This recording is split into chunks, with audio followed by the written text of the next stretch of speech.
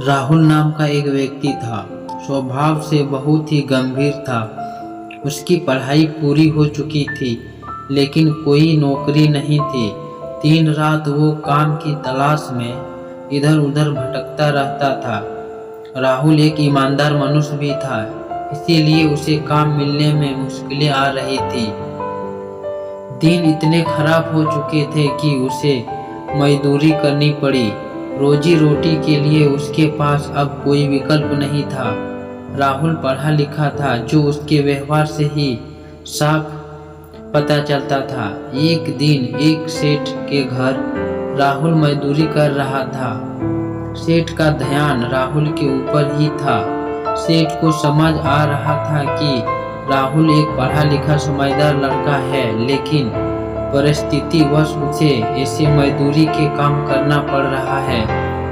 सेठ को अपने एक विशेष काम के लिए एक ईमानदार व्यक्ति की जरूरत थी। उसने राहुल की परीक्षा लेने की सोची।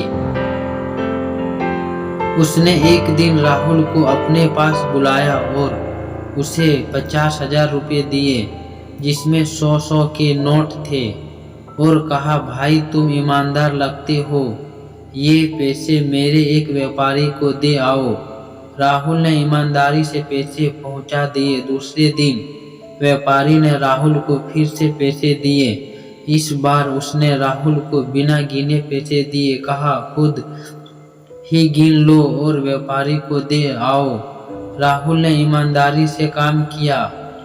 सेठ पहले से ही गले में पैसे गिनकर रखता था, पर वो राहुल की ईमानदारी की परीक्षा लेना चाहता था। रोज वो सेठ उसे पैसे देने भेजता था। राहुल की माली हालत तो बहुत ही खराब थी। एक दिन उसकी नीयत डोल गई और उसने 100 रुपये चुरा लिए, जिसका पता सेठ को लग गया, पर सेठ ने कुछ नहीं कहा। फिर से राहुल को रुपए देने भेजा। सेठ के कुछ न कहने पर राहुल की हिम्मत बढ़ गई। उसने रोजाना चोरी शुरू कर दिया। सेठ को उम्मीद थी कि राहुल उसे सच बोलेगा, लेकिन राहुल ने नहीं बोला।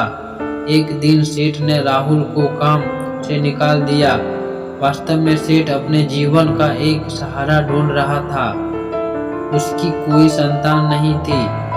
राहुल को भोला भाला जानकर उसने उसकी परीक्षा लेने की सोची थी। अगर राहुल सच बोलता तो सेठ उसे अपनी दुकान सौंप देता। जब राहुल को इस बात का पता चला तो उसे बहुत दुख हुआ और उसने स्वीकारा कि कैसी भी परिस्थिति हो, ईमानदारी ही सर्वोच्च नीति होती है। दोस्तों, कैसा भी मुकाम आए, व्यक्ति को ईमानदारी का साथ नहीं छोड़ना चाहिए। ईमानदारी जीवन की वो कमाई है जो मुश्किल दोस्तों अगर आप अपने जीवन को गलत और सही दिशा में ले जाना चाहते हैं तो आप मोटिवेशनल कहानी जरूर सुने। इन कहानियों से हमें नई नई प्रेरणा मिलती है और हमारा उद्देश्य है आप सभी को मोटिवेट करके अपने जीवन में सफल बनाना। दोस्तों, अगर वीडियो आपको अच्छे लगे तो प्लीज़ वीडियो को लाइक और चैनल को सब्सक्राइब जरूर करें। अगर आपका कोई दोस्त जो लाइफ में परेशान हो तो उन्हें इस तरह की मोटिवेशनल स्टोरी जरूर फॉरवर्ड करें।